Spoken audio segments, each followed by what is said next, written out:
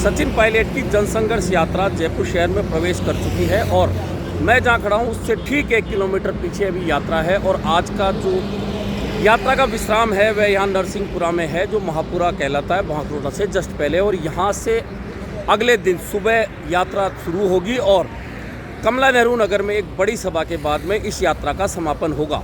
लेकिन पहले दिन से यात्रा चली थी और आज यात्रा के चौथे दिन अंतिम रात्रि पड़ाव तक पहुंचते पहुंचते बहुत कुछ बदल गया है। बदला ये है कि कांग्रेस कर्नाटक में शासन में आ गई है, वहीं राजस्थान के प्रभारी सुखजिंदर सिंह रंधावा के बयान बदल गए हैं, मुख्यमंत्री अशोक गहलोत के बयान बदल गए हैं, वहीं पायलट और आक्रामक हो गए हैं। दरअसल ऐसा कैसे हुआ, इसे लेकर बहुत सारी राजनीतिक बातें हैं। सबसे पहली राजनीतिक बात तो कर्नाटक चुनाव परिणाम रहे और कांग्रेस में सीधा मैसेज गया कि अगर मिलकर लड़ेंगे तो किसी भी प्रदेश में जीता जा सकता है, क्योंकि वहाँ भी सिद्धारमैया और DK शिव कुमार दो अलग अलग नेता थे जो CM पद के दावेदार हैं। लेकिन वहाँ दोनों साथ मिलकर चले, साथ मिलकर प्रचार किया और कर्नाटक फतेह की। अब राजस्थान में सचिन पायलट और अशोक गहलोत के बीच अंतर्द्वंद किसी से छिपा नहीं है और इसी अंतर्द्वंद का नतीजा है कि करप्शन के मुद्दे पर सचिन पायलट अजमेर से जयपुर तक यात्रा कर रहे हैं।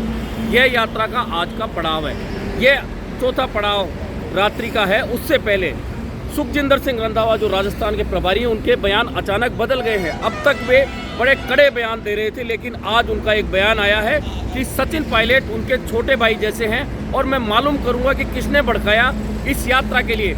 उन्होंने इसी के साथ यात्रा के टाइमिंग पर सवाल उठाते हुए कहा कि उन्हें कुछ इंतजार करना चाहिए था, यात्रा का टाइमिंग बिल्कुल सही नहीं है। इससे पहले नागौर दौरे पर मुख्यमंत्री अशोक गहलोत के बयान भी बदल गए। इससे पहले उन्होंने कहा था कि वसुंधरा राजे ने उनकी सरकार बचाई तो क्या बुरा किया, लेकिन नागौर दौरे पर उनका बयान बदल गया। उन्होंने कहा कि मैंने ऐसा कब कहा था कि वसुंधरा मुझसे आकर मिली, यानी कि उनके पहले वाले बयान और अब के बयान में एकदम फर्क आ गया है। दूसरी ओर सचिन पायलट की आक्रामकता कम नहीं हुई है, उन्होंने सीधे सीधे निशाना साधा है। एक बार फिर करप्शन के मुद्दे पर वे बोले कि मैं वसुंधरा राजे सरकार के करप्शन के खिलाफ बोलता हूं तो मुझ पर आरोप लगते हैं, 4 साल तक तो मुझ पर कोई आरोप नहीं लगा।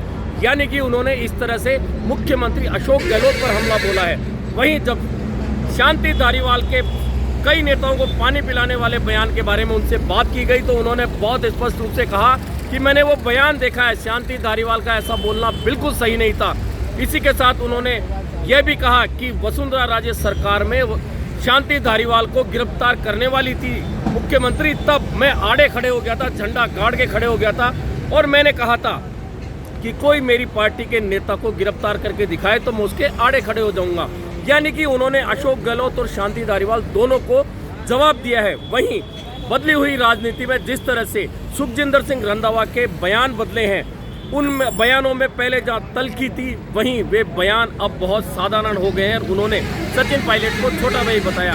कुल मिलाकर कर्नाटक चुनाव के बाद में आला कमान मजबूत हुआ है, उसके बाद अचानक ये बयानों में बदलाव आया। ऐसे में माना जा रहा है कि कल जब सचिन पायलट की सभा होगी उसमें उनके समर्थक विधायक आएंगे, बड़ी भीड़ आएगी और सचिन पायलट अगर कोई फैसला लेने की बात सोच भी रहे थे तो हो सकता है कि कुछ दिन के लिए वह बात टल जाए, क्योंकि जिस तरह से प्रभारी के बयान बदले उसके बाद स्थितियां बदल रही है। ऐसे में अब सचिन पायलट भी इंतजार करेंगे कि आला कमान उन्हें लेकर जल्द ही कोई फैसला करे।